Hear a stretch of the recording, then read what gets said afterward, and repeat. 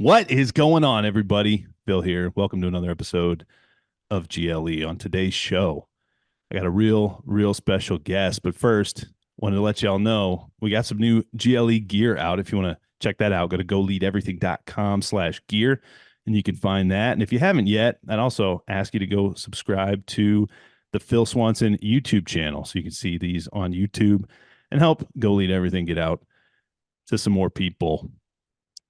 You know, we've got a couple different show formats.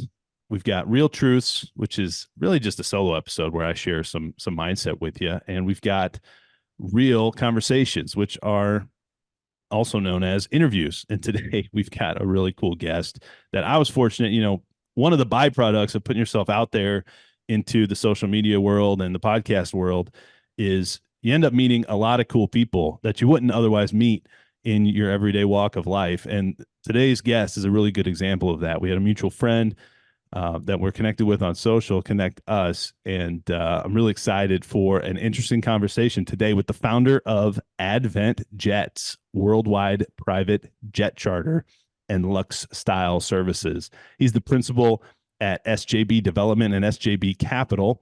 He is an aviation expert that specializes in synergizing the private jet industry and luxury lifestyle VIP brands.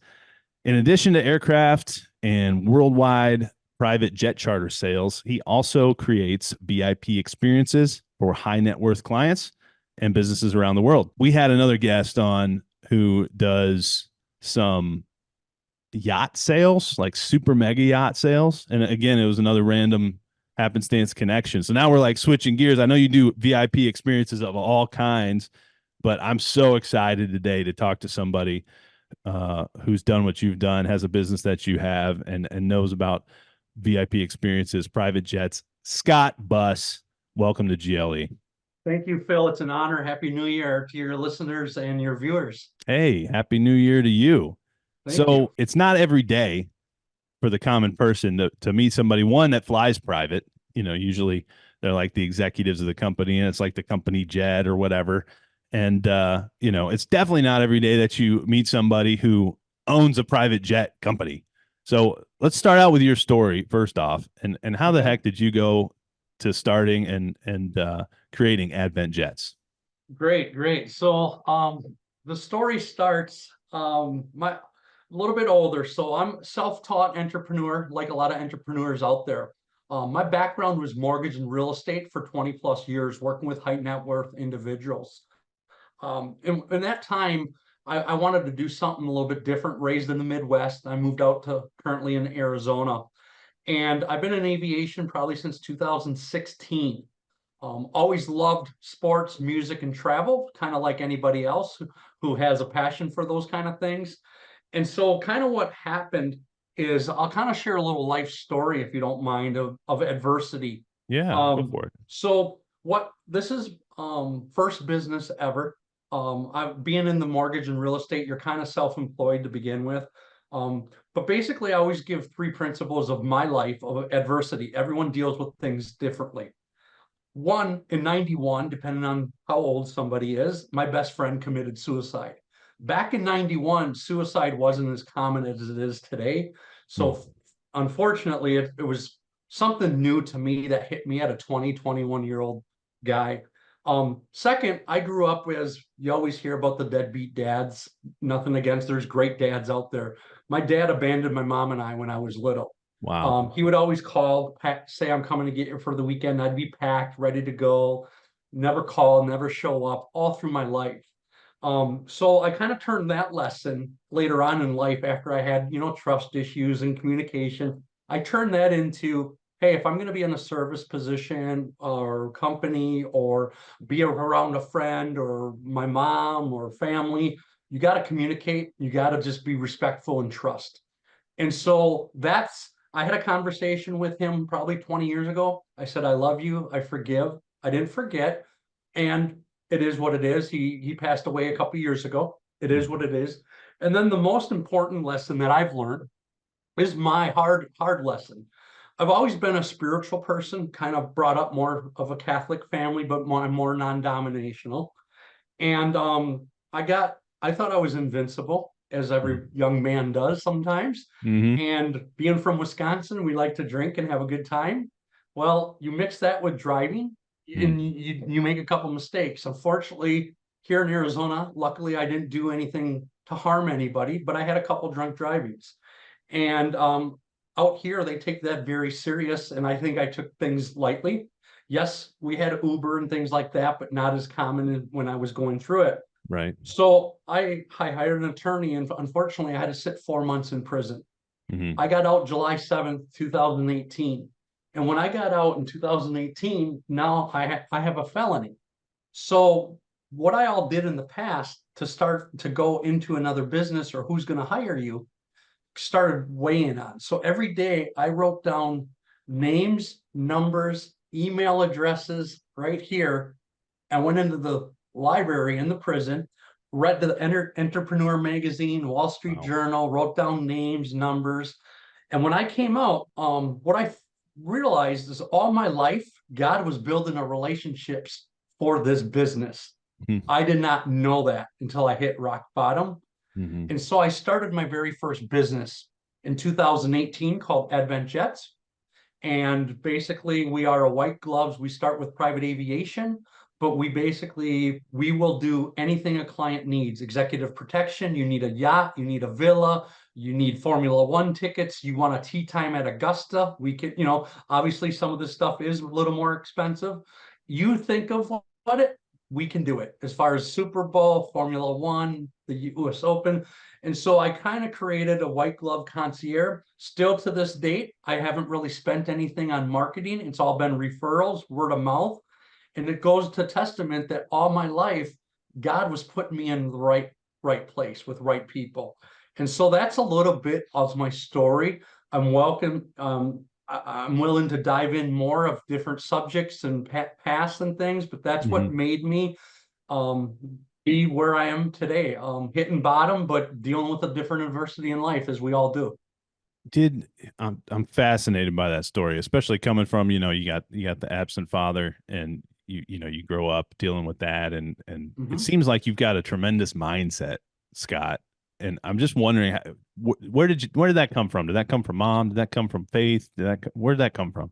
I say a lot of it my mom, but a lot of it's faith. I was always, a Catholic person, but I got older, we all grow different and look at faith and spirituality differently. But I'm an only child, and I give a lot of it to my mom, being strong, and a lot of it to faith. I pray every day. I have a platinum rosary. When I always thought praying, and this is a little side note, I always thought praying you had to say, because when I was Catholic and going to the church, I was overwhelmed by the Bible. I'm not going to lie. But most people, when they pray, they think that they have to say all these special things or certain things. And it's like, you know what? God's your friend. God, you committed sins. Those are the past. Move on. And the only people that bring up the sins are the people that are, jealous or insecure or need to bring up the past. You move on. Right. And so I found a relationship that I have praying is just like having a good friend, and I talk to differently than. And I found that when I hit rock bottom, is a lot of people, when they hit bottom, they find faith. I hit it a little more harder, obviously, in my beliefs and what I do, but I went without faith in 2018, being locked up for 4 months straight with 450 other men. You learn different things and see different things. So is prison as horrible as I can imagine it being? Were you at like a really bad prison or more white collar? What was that like? So going through the process, it's very different. You go through I'm in with murderers, rapists, killers, you name it. Then after like a couple weeks, 3-4 weeks, then you're into it's called like a more private type prison, but it's still, you're locked down, you're 85 guys per pod. Certain times you can eat, certain things that people say in the common sense is true, that what you see. I've seen a guy get hit with a master lock. I've seen good and bad. And when I got out, I'm a social guy, but I don't like to be around a lot of people now. I'm a little more reserved that way. Sure. Saw some things I didn't want to, but I can see how people can get institutionalized. Yeah, Yeah, for sure. man. So I'm really astounded that your first business is a white glove concierge service. My mom when we were growing up, and I used to be really annoyed by this, but today I'm thankful for it. She would read Emily Post etiquette books and stuff like Okay, that to us around the dinner table, and she kind of introduced us to the some of the finer things in life, going out to nice dinners, things. sure. That's not stuff. Probably, I had a great mom. I still have a great mom and dad, but my dad Good. probably wouldn't have been the one to like introduce us to that. My mom kind of encouraged some of Sure. that. And I guess I'm just curious, how does, what in your background made you prepared to run and start a white glove concierge service as your first business and be able to create and curate these VIP experiences? It's a great question, Phil. It comes from at a young age playing sports and being around friends that played professional sports or are professional musicians. One thing you will learn, I'm a Packers fan, being from Wisconsin, so go. Hopefully, they beat Dallas this weekend. But There you go. anyway, I just love sports. And growing up, I hung out with a couple of former Packer players, and went in Wisconsin's a small state. Everybody knows everybody, kind of like, the team. And so I just built that.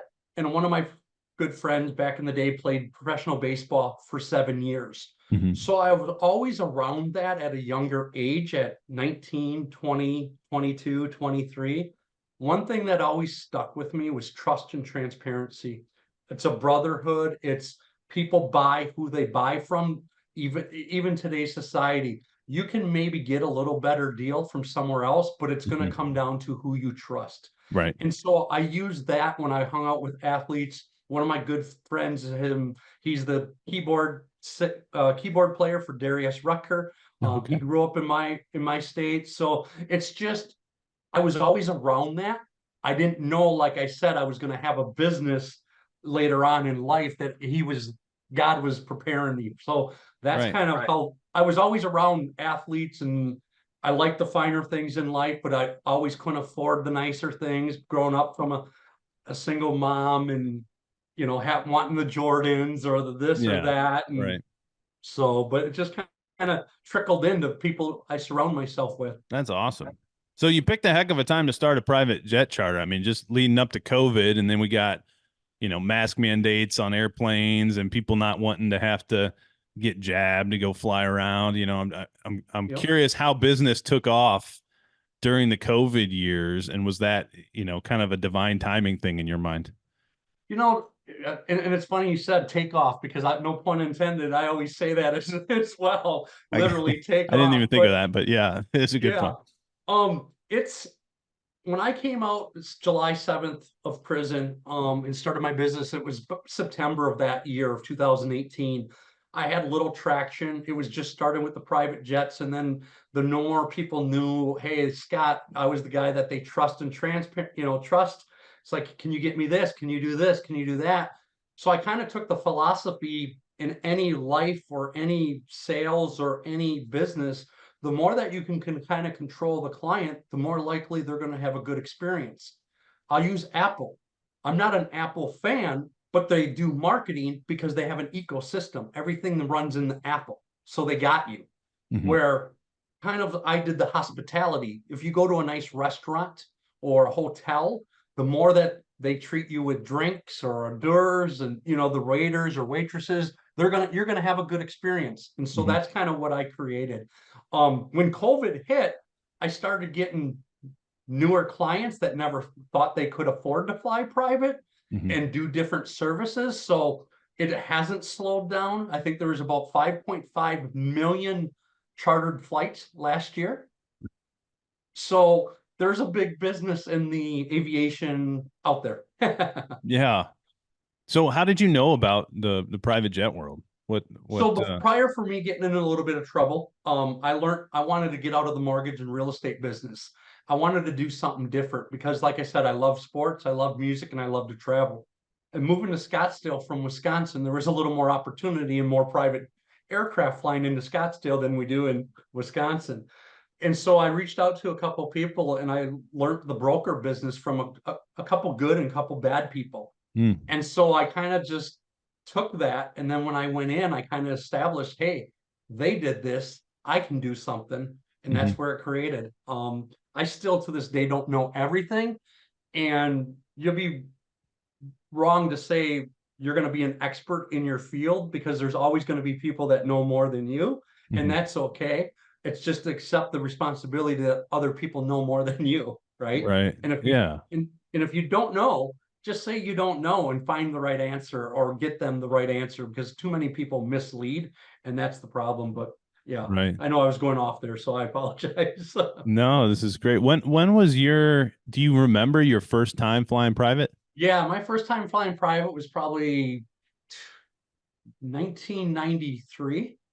Oh, wow. Yeah, I'm aging myself, but that's just because 93 through 97, one of my good friends played for the Pittsburgh Pirates at the time. Uh-huh. So we flew private a couple times. It Mm-hmm. wasn't like we were doing it a lot. Sure. Still to this day I fly private, but to this day I'll still fly first class or commercial business once in a Mm-hmm. while. It's all about the ROI. Does it make sense? I mean, like Scottsdale to Vegas or Phoenix to Vegas, do I want to spend a couple $1,000s or do I want to spend $200? Everybody's different. But Sure. then do you want to go through TSA? There's different goods and bads, and I can get more into depth than that. But Yeah, I mean, 93, tell me go about ahead. tell me more about like the private travel. Like what is it as good as people say it is flying It private? is. Like it's that Yeah, great? it is. I mean, think of pulling up to we call it the FBO, fixed based operator. Think of coming up to the terminal Right. 15, 20 minutes before you want to fly. Bring your dog. You don't have to worry about emotional support, whatever food catered you want it on, whoever you want to bring. You Right. got your passports and you're off. Yeah. And your flight, you got Wi-Fi on the flight and you go and you do whatever and you get off. And then you got your car service picking you up or your friends or whatever. It's, it's also luxury, but it's also business. And I'll give you an example. I have clients that will fly out of the Scottsdale, Phoenix area, and Mm-hmm. we'll do 3 stops. I'll use Texas or I'll use California. You can go to multiple cities in a day, sit Mm-hmm. at the FBO, cater in food, do meetings, and go to and fly to a next for Houston, Dallas, San Antonio, Lubbock, and fly back. Or Phoenix, San Diego, LA, San Francisco, and come back. Maybe 15 to 20,000. It sounds like a Mm-hmm. lot of money, but think of time, renting a car, commercial, driving, hotel. And so a lot of businesses now are in the market of buying aircraft and chartering them out to offset the cost. Mm-hmm. So it's not just a luxury. A lot of businesses or business aircraft that own aircraft, they will charter them out when they don't use them to offset the cost. Mm-hmm. But like I said, going back to that, think of how long it would drive and you're in Texas, think of what it would drive to 3 or 4 cities in Texas to do business and gas and this and that. It's not like you don't have the time, Mm-hmm. but sometimes, so that's kind of just to give you an example of what can be done in a day. Yeah, I've heard it referred to as a time machine almost. Yep. It's just giving you that time freedom plus the experience, which sounds awesome. You touched Yep. on something I was going to ask you actually, and I'm glad you brought it up. The chartering it out to offset the cost. I've heard Yep. some more well-known entrepreneurs on YouTube or whatever talking about, hey, you can buy your own jet for 800,000, $1 million, Yep. get a loan, get a big tax, break that Yep. offsets that initial down payment to Yep. get the financing and then charter it out and it'll pay for itself. And then you and your family can Yep. essentially fly private for free. Is that as realistic? I mean, he made it sound real easy. And I know that you can do those things. I know Yep. we've done it with boats and things like that. But is that as realistic as he makes it sound? It's as realistic as you made it sound. I'll make it different. I'll even say some things. Like I said, you can spend. It depends on the aircraft. Mm-hmm. You can spend probably 800,000 to a couple $1 million. You don't need to spend 3, 4, 10, 15. Some people do. It's Mm-hmm. all going to come down to hours and maintenance and things like that. Sure. But what we do here is we have a program that we will go over the Excel spreadsheet, give you ideas of options of what it costs per hour, how much is the crew, we can manage it, we can charter it for you, we can put it in a hangar in a certain, I have a client in San Antonio who's got his own aircraft. We did all of that for him.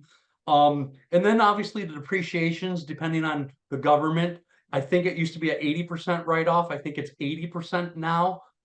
You'd have to ask your CPA, but to offset the cost, depends on where you want to go. I mean, if you're just looking in the States or Southwest or East Coast, or you want to go, you're talking bigger aircraft overseas because of, no fuel stop. But yeah, you can get into an entry level jet for $1 to $4 million. It sounds like a lot, but then, we have creative ways of financing, kind of like in the mortgage business, where you don't have to go to a bank, and they roll up your sleeves and they can leverage your house and things like that. I have those resources as well.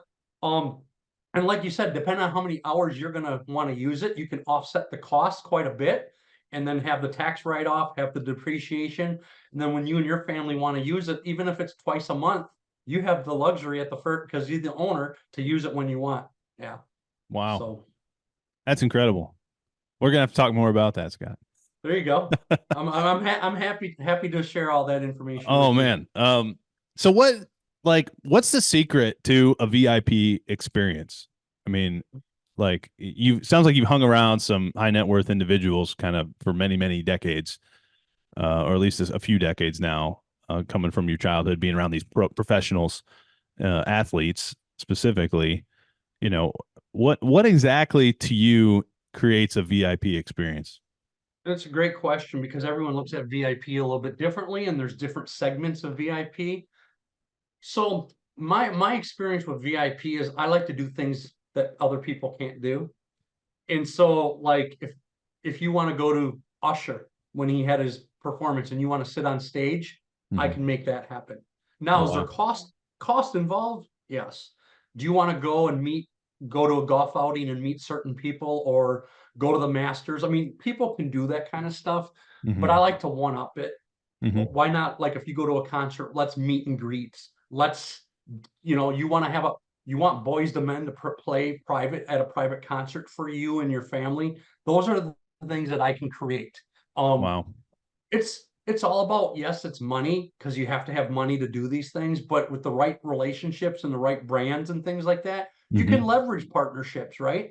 And so but I'm also the low key guy, where I'm not the guy in public where people know who I am. Sometimes you go to my social media, like my Instagram, there's no pictures of me.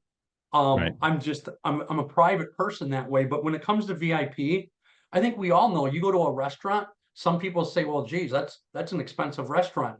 But if you go there, what do you want? You want to get treated well, you want respect, you want integrity. It's no different than what I try to give my clients. What do you want? If it's a bachelor party, bachelorette party, it's a wedding, you want to give them memorable experiences. And that's what we Yeah. do. That term respect. I love how you said that, because I remember being out to dinner with my brother when we were younger, celebrating something, and we went to a nice steakhouse in Addison near Dallas, Sure. and they had a little cigar room, so we were gonna go smoke a cigar. But like our server at that restaurant, I mean, the food was pretty good, Sure. but just that experience, like that dinner, we talk about it all the time, because it was like the best dinner experience we've ever had. The waiter made us feel like $1 million. We were Yep. going to pay, and he's like, "Don't worry, I'll take care of this. Take your wine, go smoke a cigar. I'll find you in there."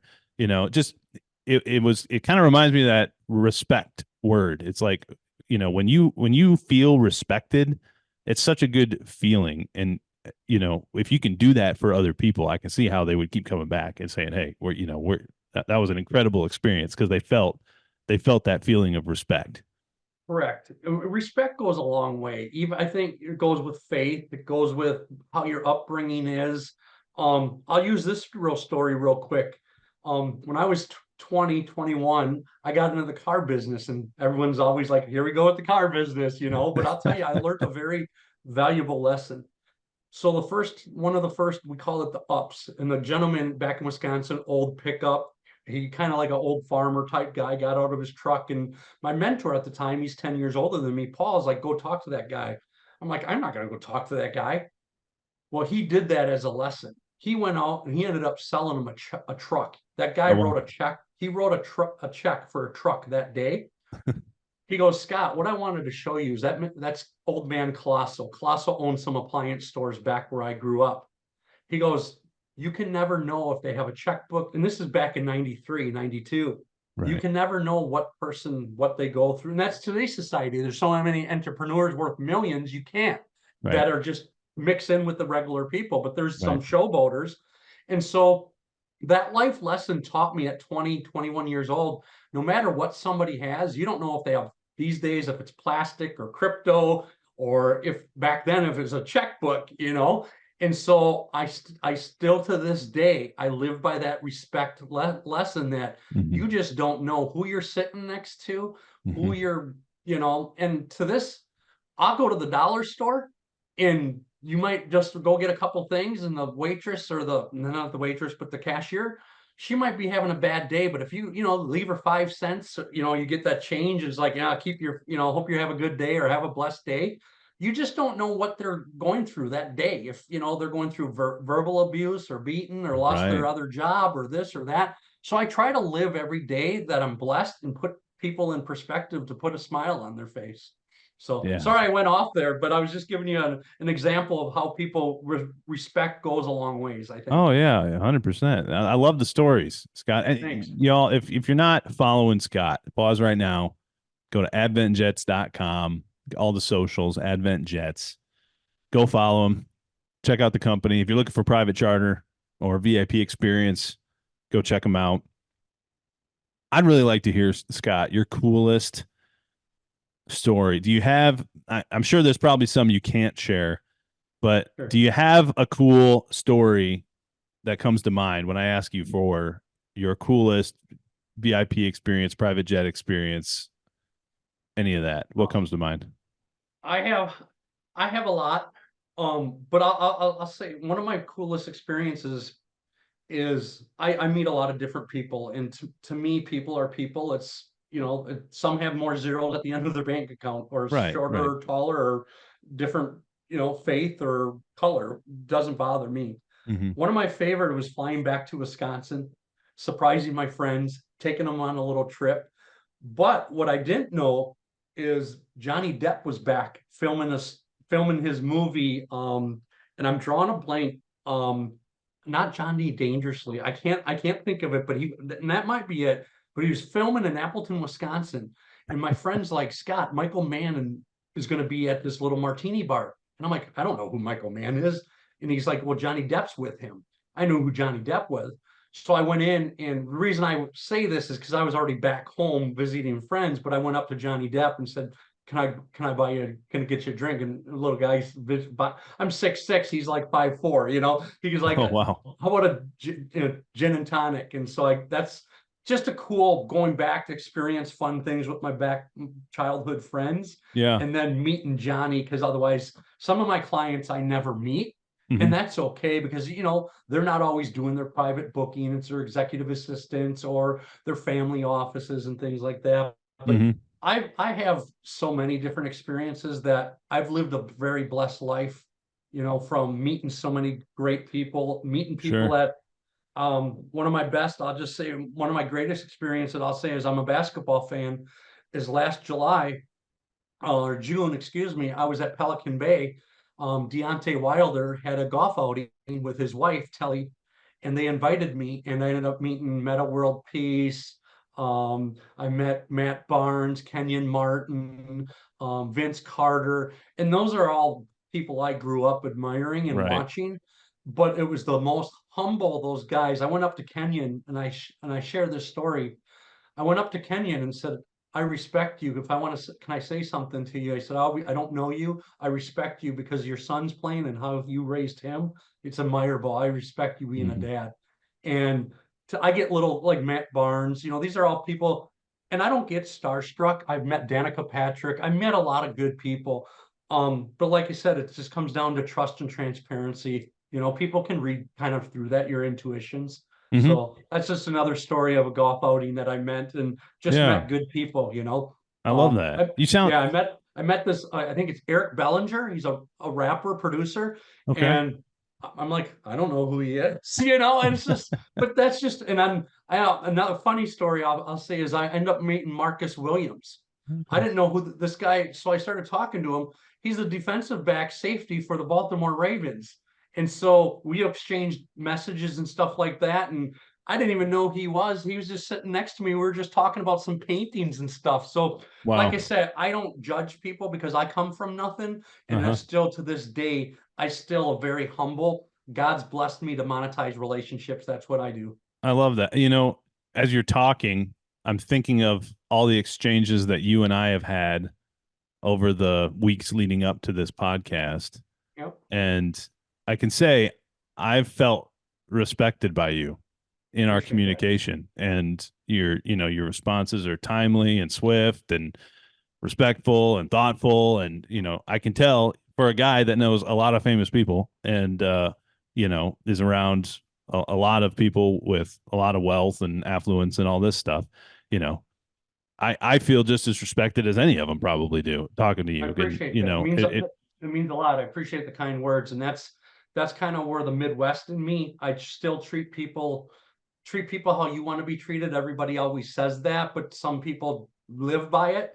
And growing up, with a single mom, not having a lot, right. it humbles you. Hmm. Material things can be replaced, things in the heart can't. Right. And people are limited and God is limited, and Hmm. people are limited, God is unlimited. Excuse me. Hmm. And so I appreciate that because that's what I strive to build my business is to treat everybody the same. Yeah. What is that? I mean, is that one of the key networking secrets? You're clearly an amazing networker, and fearless, I guess, is a word that comes to mind too. Just going up to anybody and introducing yourself and buying them a drink or what have you. Sure. Most people would be like, "Oh, well, they're gonna be annoyed if I go talk to them, and I'm gonna bother them." Like what? How do you think about that when it comes to networking? That's a great question. With that in mind, I do not always go up to people because I want to respect their privacy or if they're having dinner or things like that. So I've reached out to different people via different ways of communication. LinkedIn's a very powerful tool, as we know, Instagram, but I give people the respect, but don't be afraid. I use this as kind of like the dating, when guys go see these pretty women or whatever, they say their version of pretty, and they're like, I don't want to go talk to her. She'll just say no. And it's like you're already putting fear in your head. If you go up to her and just say, "Hey, I'd love to talk to you. Maybe can I buy you a drink?" What's she gonna do? She might say no. Who's gonna hear that? You and her. Okay. And you don't think we've ever been rejected or other things worse than we heard? And so I've always had that mentality in life that you go get what you want. You don't ask, you don't get. And if you don't know, reach out to your circle, your inner circle, keep it close, but find out who can do an introduction for you, and introduce people. But hopefully that kind of explained that a little bit. Yeah, I like so you don't ask, you don't get. It's something that I've thought a lot about because that verse in the Bible that says, "Ask and you shall receive, seek Correct. and you will find, knock and shall be opened unto you." And it Yep. says, "You don't have because you don't ask." Correct. And before the show, you were reading me some of those quotes over there, Scott. You had one on prayer, didn't you? You have that handy? Um, I am one with God. I am one with all I desire. Thank you. I say that 3 times and then good things happen. I don't know what it is with that prayer.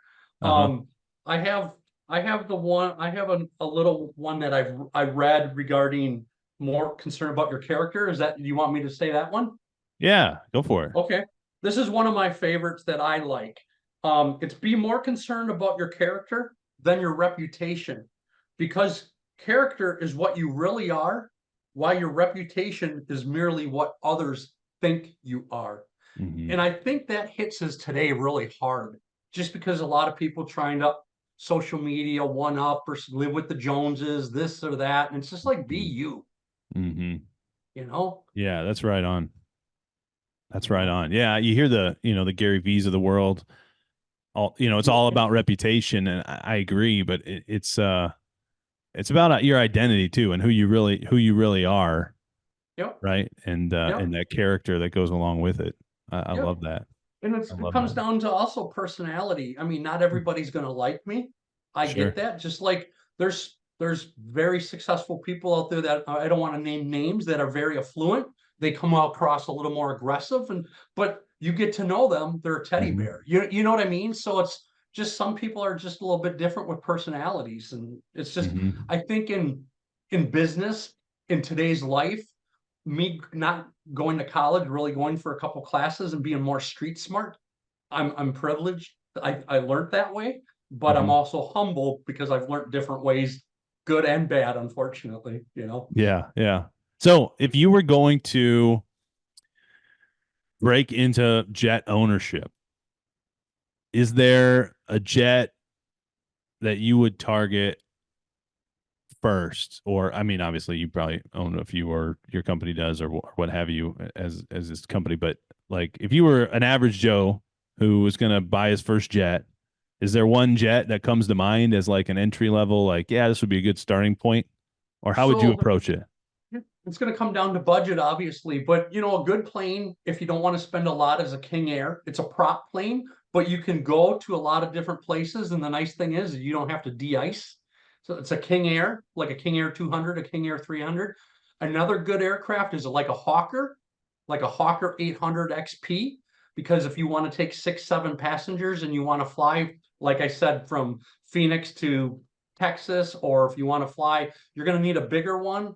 You know, there's Gulfstreams, there's Bombardier Legacies. There's so many different aircraft Yeah. out there. Uh-huh. It all depends on what you want to do, but and that's why what we do is we give you options. No different than you want to buy. You figure out a car. You look at 5 car lots. You look at Hmm. 5 cars. You looked at 25 dang cars. You're confused. You don't know what you want, right?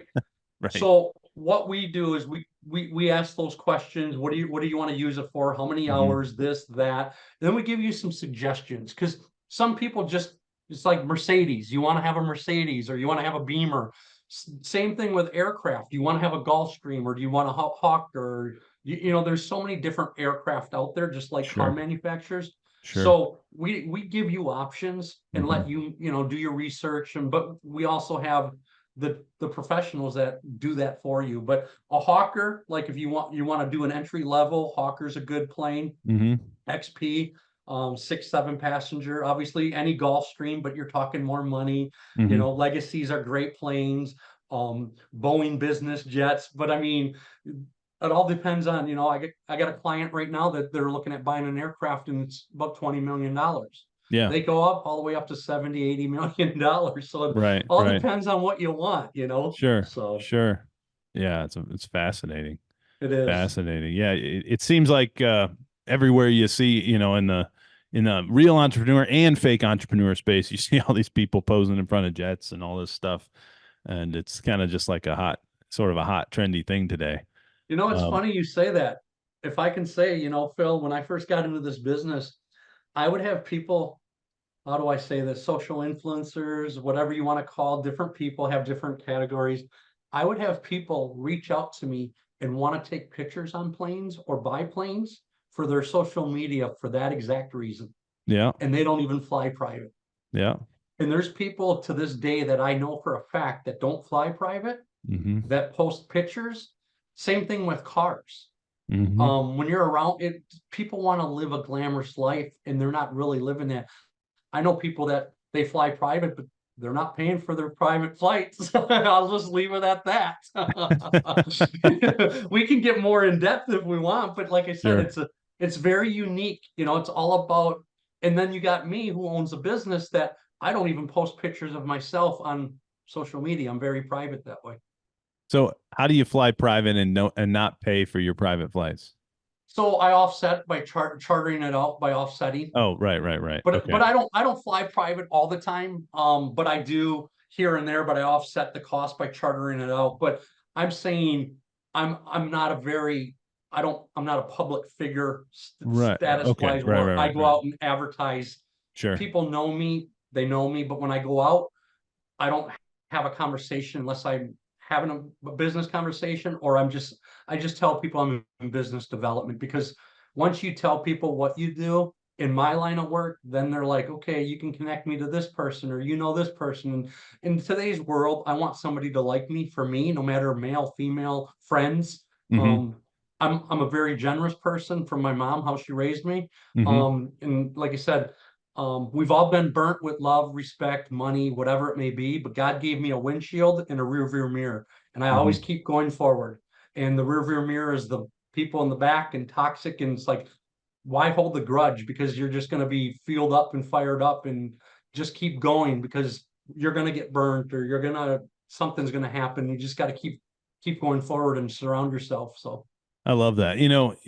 As you think about looking in the rear view, I think about the word shame comes to mind. And like, yeah, I feel like those people that keep bringing up past experiences, they kind of use shame as this weapon of control, or I don't even know what it is. But, just recently in the last several years, I've overcome some of that in my life, just being able to say like my conscience is clear, when you're talking about what's your character, what you think of yep, yourself, who yep, you are on the inside, like, and I think Ed Milet talks about this, really yep, really having good intention. Like, I know I have good intention. I know I mess up. I'm not perfect, and yep, along the way, but my intentions are good. And when you have a clean conscience like that, I think it's a lot easier to stand up to that shame weapon whenever it's thrown at you. Am I wrong? yep. No, you're exactly right. And I also think it's for men.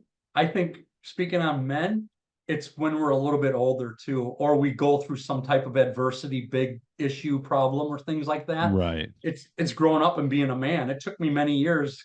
I was an invincible hothead. I'm not gonna lie that. But now it's like, I'm no different than anybody else.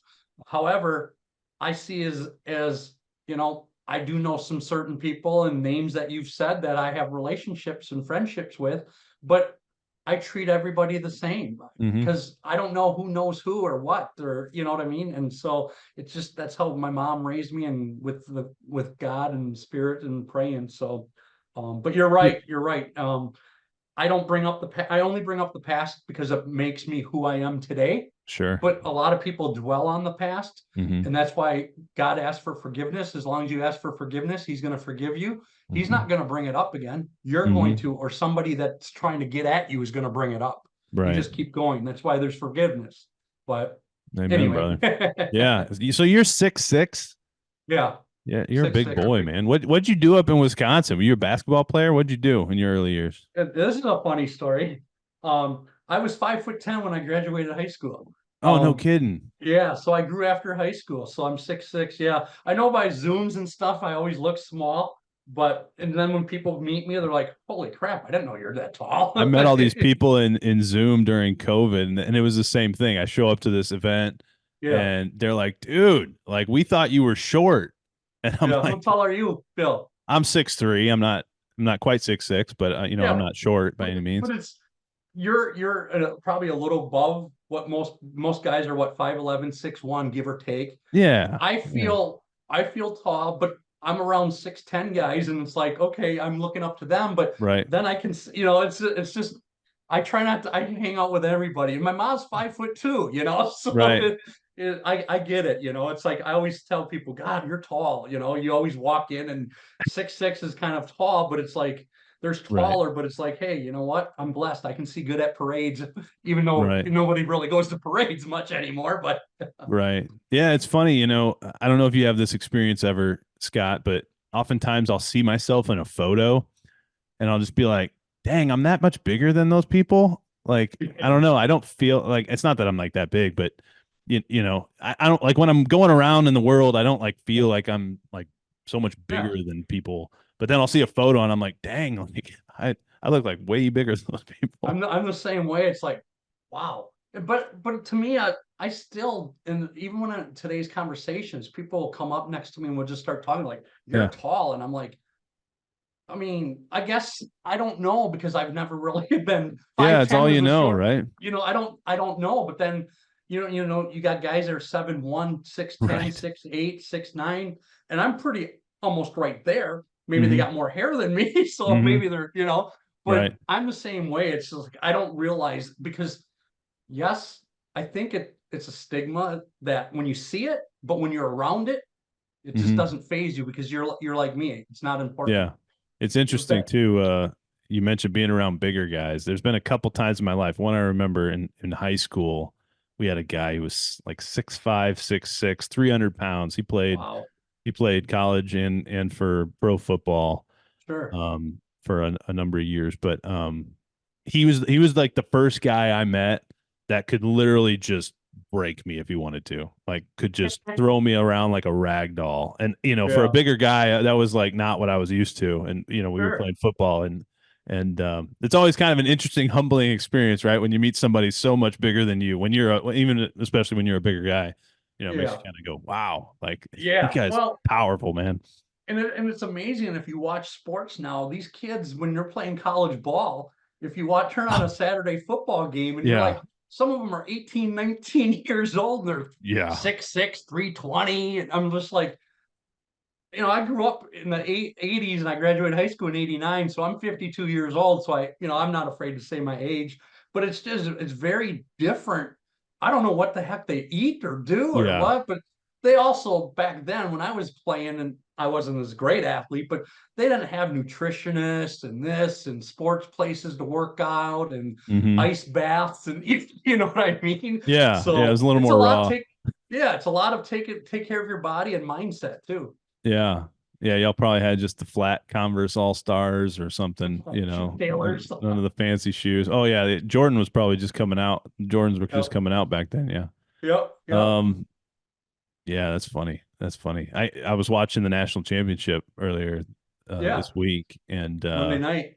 yeah, I was watching I think he's the right tackle, defensive tackle for Michigan. He's like 340 pounds. He's six something, and You know, he sacked somebody. But I mean, just watching a guy that big move that move fast is that just like, fast. geez, the athleticism is just wild. And you're right. They're just young men, right? Yeah. And you're like, Wild. okay, how old am I now? Could I move that fast? Well, I'm Yeah. not. But if I knew what I knew now back then, you know what Right. I mean? Yeah. Look at if you will ever watch 30 for 30 on Reggie White, Uh-huh.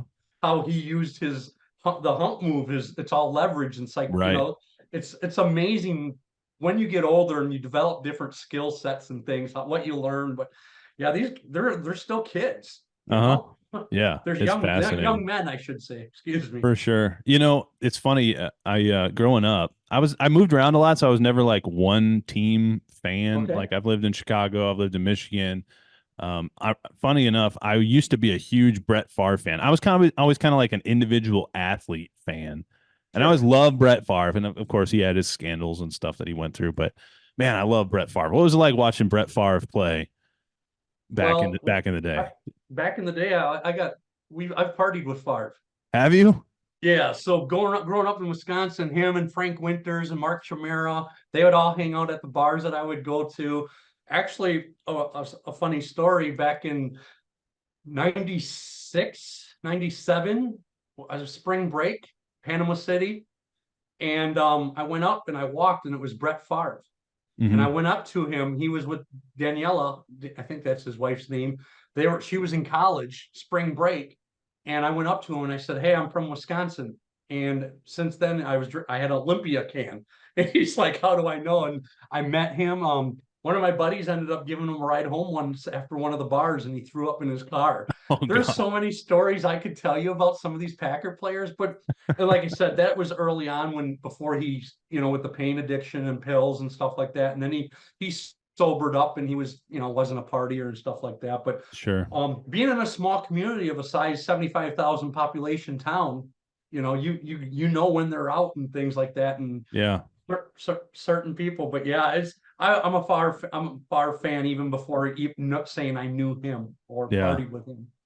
Very cool. That's Yeah. crazy. I never thought about the size of that city and how it must, how different it must be, being a professional in a smaller, kind of a smaller metroplex like that. Yeah, Green Bay in the Fox Valley is probably six, 700,000 people, give or take. Green Bay is probably about 125,000 people, give or take.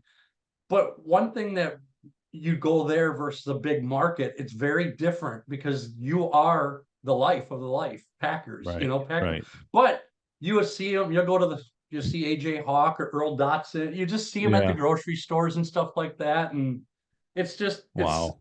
And I think that's part of the humbleness and part of the Green Bay culture, Right. versus the big city. I mean, I don't know a lot of actors or actresses or certain people. I'll go and someone would be like, you know who that is? I'm like, no. But then again, sometimes I don't care. Yeah. But Yeah. yeah, it was a humbling experience growing up, and still to this day, I work with one of the Packers running backs with his sports agent to this day. So it's just always been treating me well. So what's the coolest place you visited in your years? What You know, city-wise, state-wise, yeah, country-wise? it's funny. So I have not traveled international that much. As of this year's work, my goal is to travel to Dubai, the UK, Turks and Caicos. Um, Last year, Mexican Riviera was very nice, and then I took my mom. Actually, we went on a cruise. It was Alaskan cruise. Being from Wisconsin, you wouldn't think I would like to go to Alaska because I moved out to Arizona to be warm, Hmm. but that was to see some of the wildlife and glaciers and things like that. But Dubai is on my list. Hmm. Belize. I mean, there's a lot of places I want to go. Hmm. It's just now I'm blessed to be in the position where I can step back and just take the time to enjoy life to go. That's But I would pretty say the Mexican Riviera, but okay. um, there's I can't speak for experience because I know there's so many places. But I'm going to go Sure. to the Caribbean this year. I always wanted to go to the Caribbean. I want to go to London. I want to go to Dubai. Just live life. Yeah. That's So amazing. It's crazy to think. What were you doing before prison? Remind me again. I was chartering private jets for about 6 months Okay. to a year. Like And then as an before that, employee, what does that mean? Charting private jets? Like what was your I role? was I was a jet broker, A broker. Okay. but that company only focused on one thing, and you learn good and bad. And before that, I was in mortgage and real estate Right. for probably 24 years of some And capacity. that's where you said you started meeting some of the higher net worth folks in mortgage and I real think, estate too. yeah, real estate all my life. And this is kind of where it goes back to what I didn't know is when I went to prison, when I came out, what I didn't know, all these relationships all my life, God Right. was building them to form this business. Yeah. Since 2018, it just was on steroids that I excelled Right. with my business. But I still reached out to old football players like Earl Dotson. He played for the Hmm. Green Bay Packers. Left tackle, left guard. I think he lives down in Houston. He's Oh yeah. actually a personal friend of mine. I still talk to certain people that I still have relationships with. Hmm. Um, but like I said, I just say a lot of it's your upbringing. And Yeah. it goes, and I'll say this too. How many families sit down and have dinners together anymore? Right. Even though it was my mom and I, Hmm. we had dinners. We might sit in the living room and have dinner together, but Yeah. you just don't have that. It's fast food, or you're moving this and this and that. So Right. I cherish those times just because today's society is a lot different. Yeah. And I say, if you have a family, go, because we all. I mean, I can't believe I'm 52 years old and I got my 35-year class reunion already. I'm like, what? And so it's Yeah. funny to say that because I Right. have clients that they weren't even born, Yeah. and so Right. it's you got to be diverse in life. You got to know how to talk to different people, and no matter if they're the Burger King worker or a doctor, because you don't know if that Burger Hmm. King they might do a scratch off and win $2 million. You just Right. don't know, right? I listen to a guy So, you may know him, Brad Lee. He's in Vegas. Has his own podcast, but he has a line that I love. He says, "The more hands you shake, the more money you make." yep, And yep, true. it's just introduce yourself to anybody. It blows me away how often we just walk by people day after day, even people we work with at our jobs. If you're an employee that they might sit on your floor 4 cubicles down, you don't even know their name.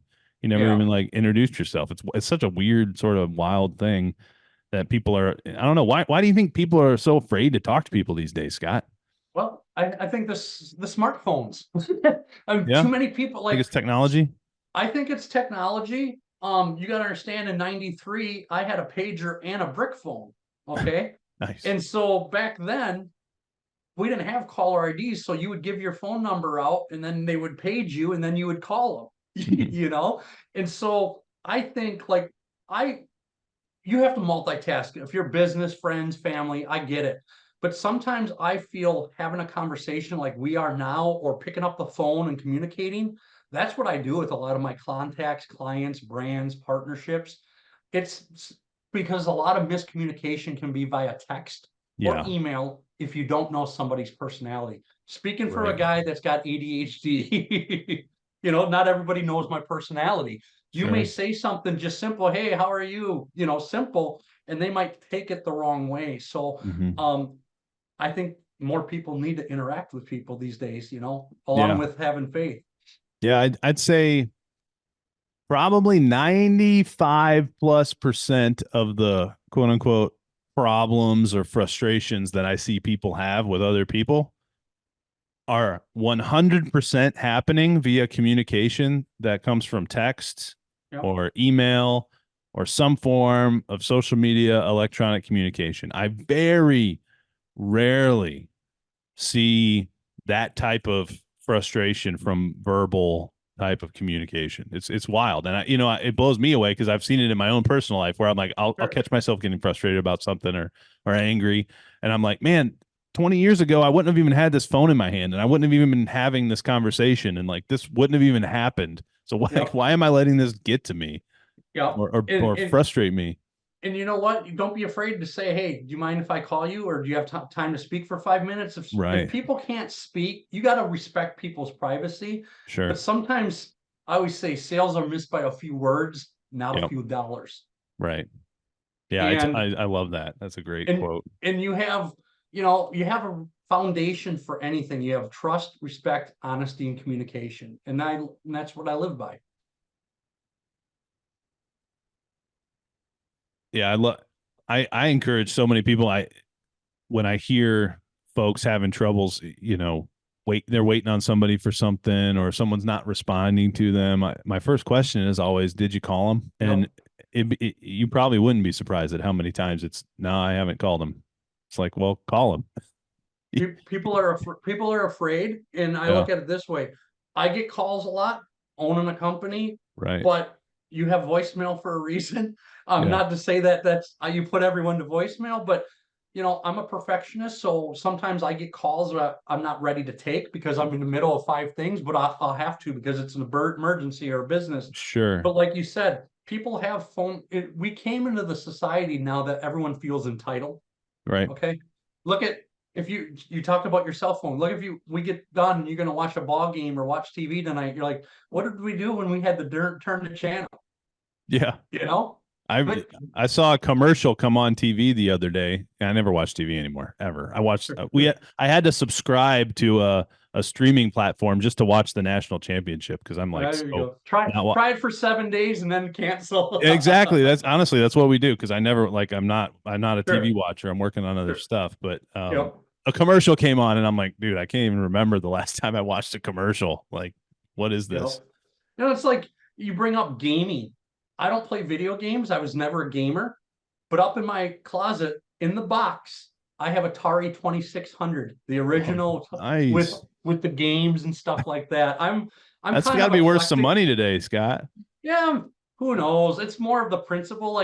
Yeah. Like over my office, I have the bag phone, the brick phone, the flip phone, my very Nice. first flip phones.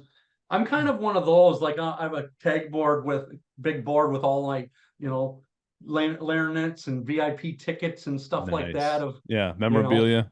yeah. Like I I'm like just it. looking at this business card, James Franklin. You know who that is? James Franklin. I should. Name's Well, familiar. you should, but you won't, or you will. So he was the Packers wide receivers coach for 1 year. Now he's the Penn State head coach. Oh, okay. But I got his Packers card because I had a drink with him when he was with the Packers, and so his Nice. card's sitting up there. It's just That's like, cool. and now look at, he's leading the Penn State for how many years? Yeah. It's just, Wow. you just never know. It's Right. life is, and that's why I love sharing my story. There's Mm-hmm. people that are more successful than me, but if anyone ever reaches out and wants to talk, or um I'm here to help. God's blessed me to be a unicorn to monetize relationships. Yeah. It's not about money, because when you love what you do, the money will come, Mm-hmm. right? And if somebody comes to me and says, hey, I want to work with you on that, what's my commission? I don't want to work with you because you got the wrong mindset, Right. Well, and there's a Scott, lot of people out there. I didn't mean to cut you off there. What were you going Oh, to say? oh no, I was done. Sorry. No, I love it. It's been fascinating speaking with you, and the advice you're giving is just, if y'all aren't taking notes or paying close attention, you pause this episode, rewind it, go back and take some notes because there's some real gems of wisdom throughout this episode. And if you're not following Scott, go follow Advent Jets, ADVENT Jets.com. And you can find Advent Jets on all the socials. But when I started this podcast, Scott, Yeah. one of the mindset frameworks, actually, I heard it from Gary Vee. I mentioned him earlier in the Okay. episode. He was just talking about how crazy it is that, you might have one picture of your great grandpa or something like that, but our next generation's going to have tens of thousands of pictures and videos and all sorts of stuff. Yeah. And so the idea of a podcast for me was like, man, that'd be so cool if I could see my great great great grandpa having conversations with cool people from 100 years ago. So who knows who's going to see these That's down the cool. road and in future generations. And so the question I like to ask my guests is the final question that we'll Okay. come down to tonight. And Okay. then I'll have to have you back on because this has been too much fun. We gotta do this again. But I love talking good people. yeah, 100%. Me too. So with that in mind, thinking that Yep. future generations for, who knows how many millennia might see this, what would you want to leave those future generations with today? Man, you had to put me on the spot, It's a tough huh? question. It's a tough question for an ADHDer. Yeah, it is. Like I got to pick one thing. Look in the mirror and be true to yourself. Believe it or not, we need more faith in the world, not to Mm-hmm. go political or anything like that. I don't care what religion or political field you are. God brings people together for reasons. We just have Mm-hmm. to figure it out, right? We don't know what reason God brought us together. It's to talk, but Mm-hmm. there might be a relationship or a friendship or a restaurant in Houston, not Houston or Texas, wherever you are. I don't want to give away your They know I'm city, in Houston, H Town. What's up? H town, but like that's just how being rewarding. So I would just say to love yourself and to treat yourself and know no matter what you are going through, there's somebody out there that's been through what you have. So don't be afraid to go out and ask somebody for help, Mm-hmm. talk to somebody because too many people, especially in today's world, are afraid to say something because people are afraid to get shut down or social media and this and Right. that. But Right. trust me, there's people out there that are veterans, women, men, everything, transgender, whatever you are. There's people going through whatever you're going through. Just don't be afraid to reach out. If I can be a resource to reach out to, I might not know the right person or the people, Mm-hmm. but I'll try to help you the best I can. It's not a financial reward. It's about giving back, and that's why God's blessed me. That's why I'm here. So to answer that question is to love yourself, to believe in yourself, and have integrity. And I'll close with this: respect yourself. I love it, Scott. The king of VIP experiences, Scott Buss. Thanks for coming on the show. If you're not following Scott, go follow him, adventjets.com, adventjets on all socials, and share the show. And as you go, lead everything.